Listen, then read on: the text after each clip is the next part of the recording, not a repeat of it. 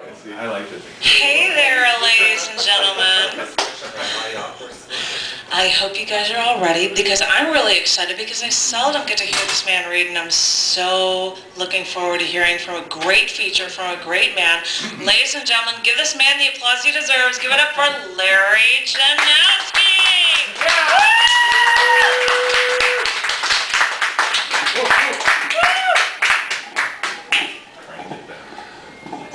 All right. Thank you. Thanks, everybody. Don't feel bad, she does that to me all the time. Well, just with that little conversation before we started, I think that has determined what I'm going to start with this evening. So this is a poem that will be in Rhino in the new issue coming out.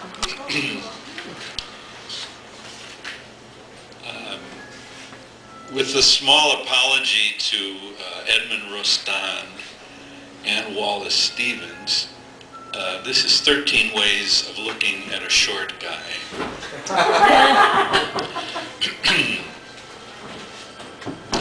You say that I am, and I quote, like kind of short. But no, young sir, you are too simple.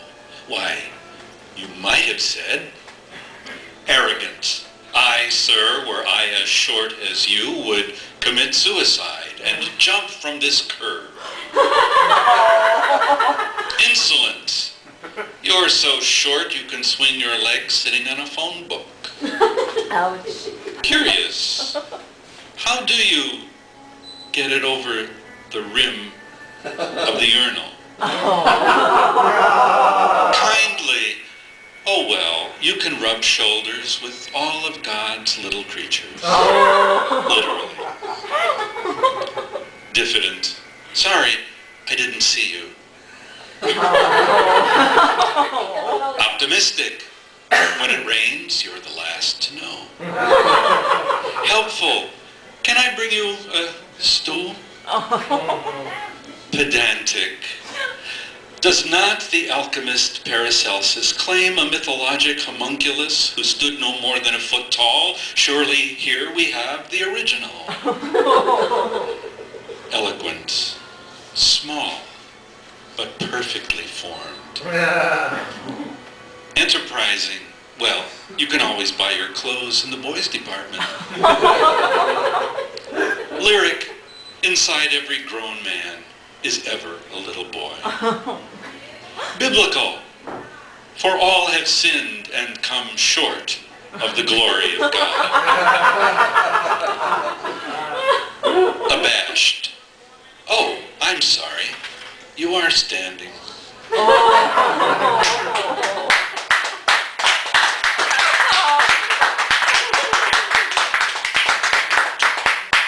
Thanks. I haven't read this in a long time, so I think I'd like to read it tonight. And I always give this little background. Excuse me. Years ago in Chicago, actually on the border between Indiana and Illinois on Route 30, there was a bar called Svoboda's, which was a pretty legendary kind of roadside tavern. And apparently, I've never been there, but I've been told, they had all kind of gimmicks in the bar, including in the women, in the ladies' room, as they used to call it, was above the sink was a painting of Adam with a fig leaf that was movable. And if you lifted the fig leaf, then outside the bar, lights would go on and alert everyone to the woman coming out the door that she had looked under the fig leaf. So I just put that into the men's room because, all right. Cosmic pinball, 3 balls for $1. Clean, hard, flawless bearing, contemplating from safe sidelines, possibility, infinity's own round reason, when an impression of compression squeezes tighter until out springs an idea to take you for a ride, though doomed from the start to the gutter like a kid. He's not really bad, you know, just never had a break until now, when that whack on the side of his head gives you a new direction in life, like a kick in the ass from a bouncer who loves his work, giving you a new career, karoom, kaboom, Rick O'Shea, that sends you screeching around the world, flipped like a bird in a tornado, end over end into some far country, or drops you into a hole where, if you're lucky, you rack up 1,000 points and get puked out again with a 3-day growth of beard by a whale with low tolerance for rare meat,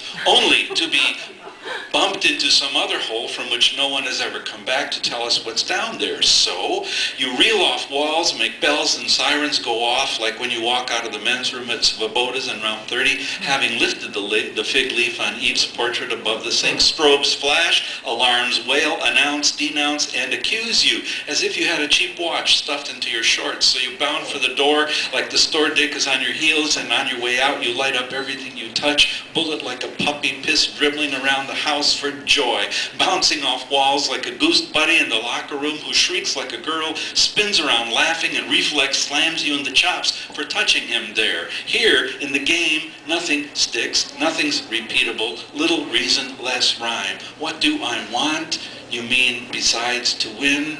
Top score like any other guy? Well, maybe to balance just once, forever, for a moment here, still on the lip of the abyss, and maybe forgiveness for wanting more, because I do want to keep on playing, want another ta-da fanfare, another string of gaudy landing lights, one more cheap trick, another free replay ball, and all for a single buck.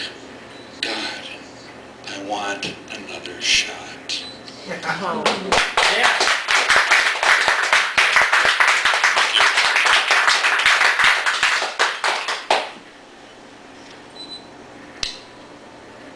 Toes. He came out of nowhere, they often do, as I was looking for my car in an ice-clogged parking lot, in his 20s, on crutches. I said hello, moved on, wondering at his maneuvers, tricky even on dry days. It was then that he asked if he could ask a question. Sure. He explains he's just had his toes chopped off. Not amputated, chopped. And we looked down at a blue bandaged foot poised demurely as a dancer's, surely shorter than a man's foot should be. Can I spare train fare? I have no reason to say no, though I often do. Thanks, sure. My money's hardly nestled back in my warm pocket when he sticks up 2 fingers, asks $2 more. Bus fare for when he gets off. I hand it over, but want him to see in my urbane face, I'm on to you. After all, a pair of crutches is cheap, and toes can be folded, wrapped. I make him look into my empty wallet, see that I've given him my all, and don't begrudge the price of a sandwich and coffee. I leave with admiration for such earnest brown eyes, the guts to go for those last $2. Before I can slam the car door, I hear the bright snap clack of aluminum tubing, the slow drag of a step bearing too much weight. Our mutual conspiracy. We both know that in this city, we all get taken now and then. That even in a long winter, cold as an iron nail, you almost never have your toes chopped off. Not really.